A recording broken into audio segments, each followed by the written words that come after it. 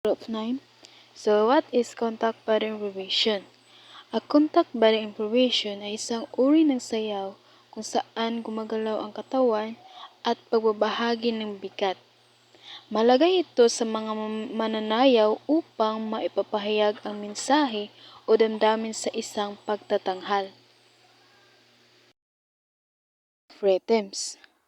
Panguna, flowing or pag-agos. Ito ay pagsasanay ng pagiging malaya at tuloy-tuloy ang kilos ng katawan. Halimbawa, ang pagiging totoo sa sarili o pagkikinig sa sariling damdamin.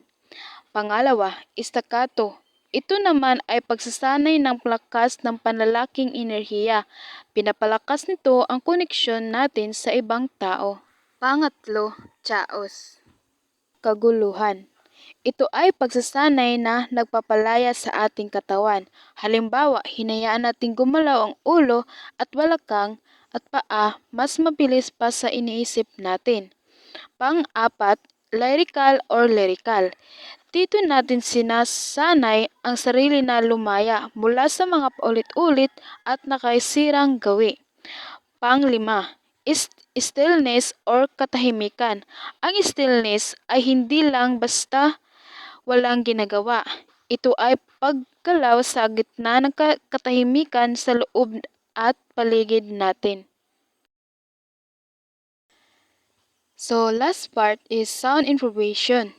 Ang sound improvisation ay ang paglikha ng musika o tunog ng walang nakahandang komposisyon o score.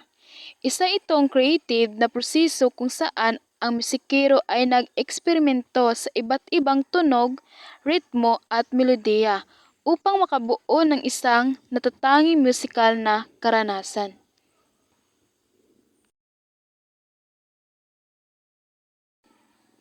Ito yung dalawang picture ng sounds of improvisation.